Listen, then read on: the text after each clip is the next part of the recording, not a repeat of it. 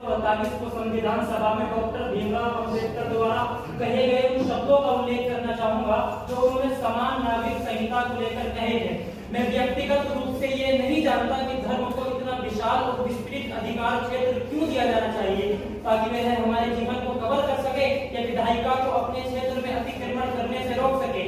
हमें यह स्वतंत्रता किस लिए मिली है? हमें यह स्वतंत्रता हमारी सामाजिक व्यवस्थाओं को बदलने के लिए मिली है।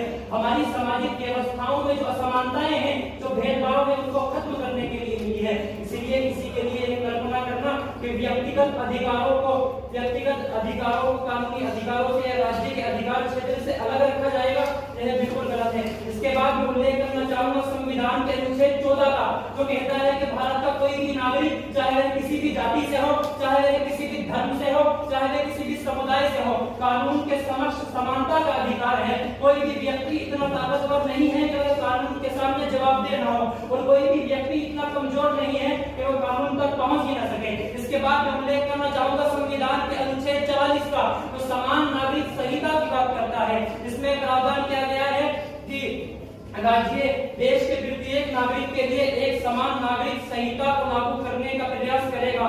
भारत एक ऐसा देश है जिसमें लोग अनेक धर्मों को मानते हैं, अनेक संस्कृतियों को मानते हैं, अनेक भाषाएं बोलते हैं, विभिन्न समुदायों की अपनी अलग अलग परंपराएं हैं, अलग अलग रीति रिवाज हैं और अलग अलग व्यक्तिगत कानून है।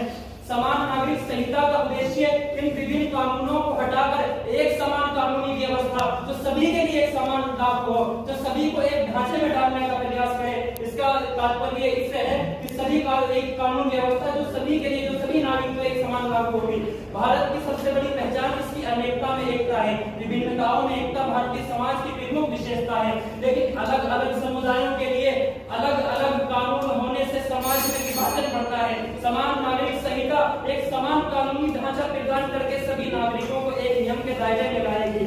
समान नागरिक संहिता हजारों सालों से महिलाओं के ऊपर हो रहे आ रहे भेदभाव को खत्म करेगी, चाहे वह मुस्लिम पर्सनल लॉ के नाम पर हो, चाहे वह सती प्रथा के नाम पर हो, चाहे वह बाल विवाह के नाम पर हो। इन सब को खत्म करने का काम समान नागरिक संहिता करेगी।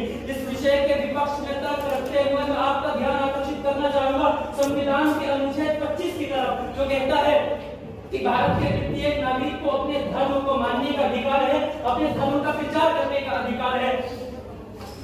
लेकिन अगर यूसीसी लागू होती है तो यह विभिन्न धर्मों के पारंपरिक कानूनों और परंपराओं को खत्म कर सकती है। यह राज्यों द्वारा धार्मिक मामलों में हस्तक्षेप होगा, क्योंकि भारत में विभिन्न समुदायों की अलग अलग सांस्कृतिक और पारंपरिक प्रथाएं हैं जो उनके धार्मिक विश्वास पर आधारित है। उदाहरण के लिए